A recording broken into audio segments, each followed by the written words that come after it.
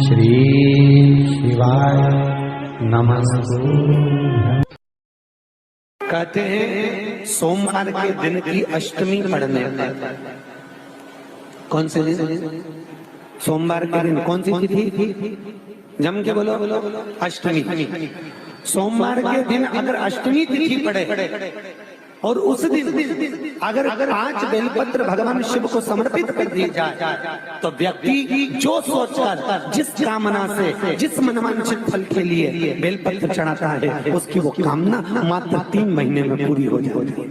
मात्र 3 महीने। एक बात बहुत सुंदर है, ध्यान रखिएगा थोड़ा सा। कभी अगर मौका लगे, सोमवार की अष्टमी पड़ जाए, क्या पड़ जाए? सोमवार की, जम के बोलो जरा, अष्टमी।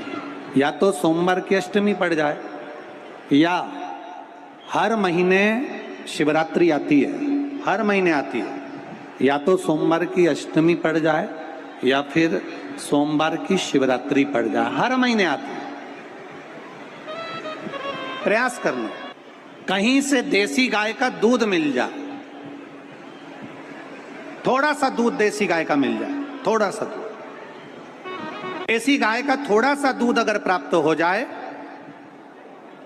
बेलपत्री के पत्ते से दूध कटोरी में लेकर, मात्र बेलपत्री के पत्रे से एक बूंद अगर दूध, आप 1 बूंद अगर ज्यादा ना मिला हो, 1 चम्मच भी अगर आपको दूध देसी गाय का मिल गया हो, और सोमवार की अष्टमी पड़ जाए या सोमवार की, जम के बोलो, शिवरात्रि पड़ जाए, उसमें केवल अगर देसी गाय का दूध मिल जाए, जर्सी गाय का नहीं हो, देसी गाय का अगर दूध मिल जाए, बेलपत्री के पत्ते से, तुम्हारे घर के अंदर अगर शिवलिंग है या मंदिर में शिवलिंग है या तुम्हारे नजदीक में कोई शिवलिंग है, उस पर बूंद बूंद, एक बूंद अगर शिवलिंग पर दूध समर्पित कर रहे हो, श्री शिवाय नमस्तुभ्यं, नमः शिवाय, या षडाक्षर मंत्र ओम नमः शिवाय, या 33 अक्षर का मंत्र महामृत्युंजय मंत्र, इसका स्मरण कर कर शिव जी पर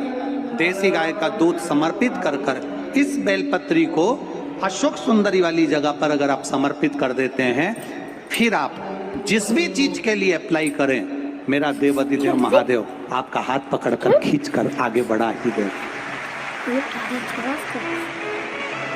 मेहनत करना,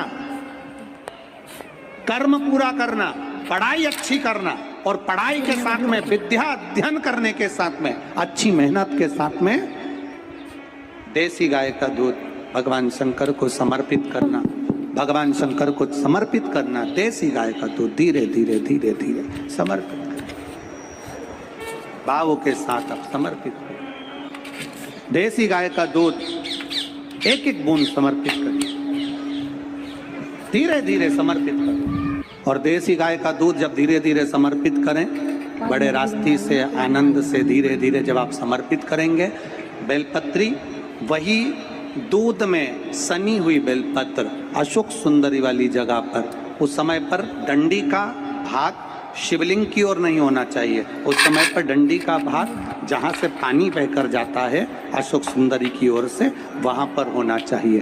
कार्य में सफलता मिलती ही है। शिव तत्व को धारण करें। सोमवार की अष्टमी का मतलब आपको इंदौर की कथा में बताया था, जिस दिन शंकर और पार्वती के मिलन का दिवस हो, और केवल एक माता पार्वती के अकेले मिलन का नहीं, 64 योगनिया तक भगवान शंकर से मिलने के लिए आती है। पीला चंदन लगा लेना। कितना लगाना है? बीच वाला जो पत्ता है उस पर पीला चंदन। जब आपको लगे कि मेरा जीवन बहुत कष्टमय है, अब ये रोग, अब ये कष्ट दूर ही नहीं हो रहा, अब ये आए दिन तकलीफ पर तकलीफ बढ़ती जा रही है, आए दिन रोग, बीमारी, पैसा घर में बच नहीं रहा, बहुत कष्टमय जीवन है, इसमें लगाओ पीला चंदन बेलपत्री की बीज पत्ती महाराज। और बीज पत्ती पर जब चंदन लग जाए, लगने के बाद में ये दोनों पत्ती पर लाल चंदन लगा लीजिए। इन दोनों पत्ती के बीच में जो डंडी का भाग होता है, आपको कहा था, आपको स्मरण में होगा शायद, हमने जब बेलपत्री की महत्वता बताई थी तो उस बेलपत्री की महत्वता में कहा था ब्रह्मा विष्णु महेश ये तीन हैं, बोला था।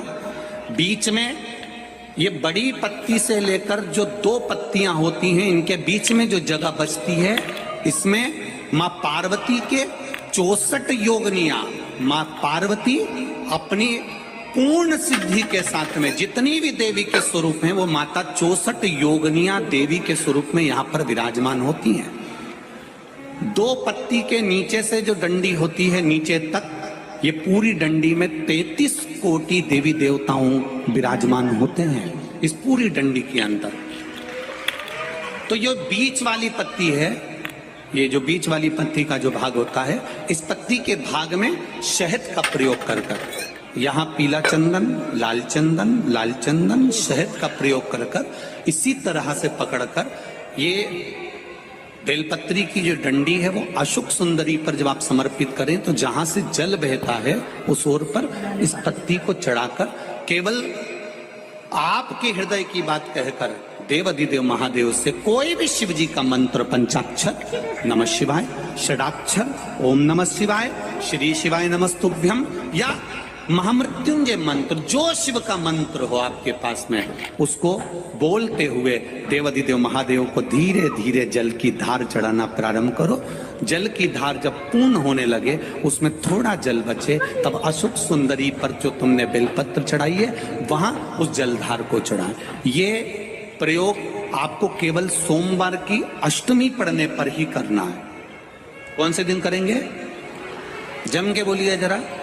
सोमवार की अष्टमी पढ़ने पर यह प्रयोग करें और जल चढ़ाकर बाबा से विनती कर कर उसी बेलपत्र को वापस उठाकर कहीं जलाशय में या किसी पेड़ के नीचे विसर्जन कर दें और एक लोटा जल वहां भी चढ़ा दें। बस निवेदन कर कर आ जाइए, मेरा बाबा 3 माह के अंदर हाथ जरूर पकड़ेगा और आपको दलदल से बाहर निकाल देगा। बात और आपसे कहेंगे, उतारिएगा। जिसके शरीर में सफेद चमड़ी पड़ने लगती है, चर्म रोग हो जाता है, या चेहरे पर आंख के पास में पूरा कालापन आ जाता है, उसको हमेशा याद रखना है, लाल चंदन का लेपन पीपल के पत्ते पर करिए। काय पर करना है? पीपल के पत्ते पर लाल चंदन का लेपन करिए। लेपन कर कर सोमवार की अष्टमी के दिन उसको लेपन कर कर वापिस निकाल कर शंकर भगवान पर उसका धीरे धीरे त्रिपुंड बनाकर लेपन करना प्रारंभ करिए। जब आप त्रिपुंड बनाकर लेपन करना प्रारंभ करें, उसके बाद उस चंदन को जो सोमवार की अष्टमी है तब निकाल कर लिया है और निकाल कर लाकर उसको डब्बी में रख लें। उस चंदन का प्रयोग चर्म रोग के स्थान पर थोड़ी थोड़ी मात्रा में करना प्रारंभ करें, पानी के साथ मिलाकर। परंतु उस चंदन को केवल 6 से 7 दिन में प्रयोग करिएगा, ज्यादा नहीं। धीरे धीरे चमड़ी, परंतु उसको सोमवार की अष्टमी के दिन सिद्ध कर कर बनाना है। उसको सोमवार की अष्टमी के दिन चढ़ाना है श्री शिवाय नमस्तुभ्यम या ओम नमः शिवाय या पंचाक्षर मंत्र या महामृत्युंजय मंत्र, जो आपको आता हो, शिव जी का जो नाम आपको याद हो उसको बोलकर चढ़ा दो। उसको लिया, फिर उसको अपने शरीर पर लगाना प्रारंभ करो। उसका फल आपको 15 दिन के अंदर धीरे धीरे धीरे धीरे प्राप्त होना प्रारंभ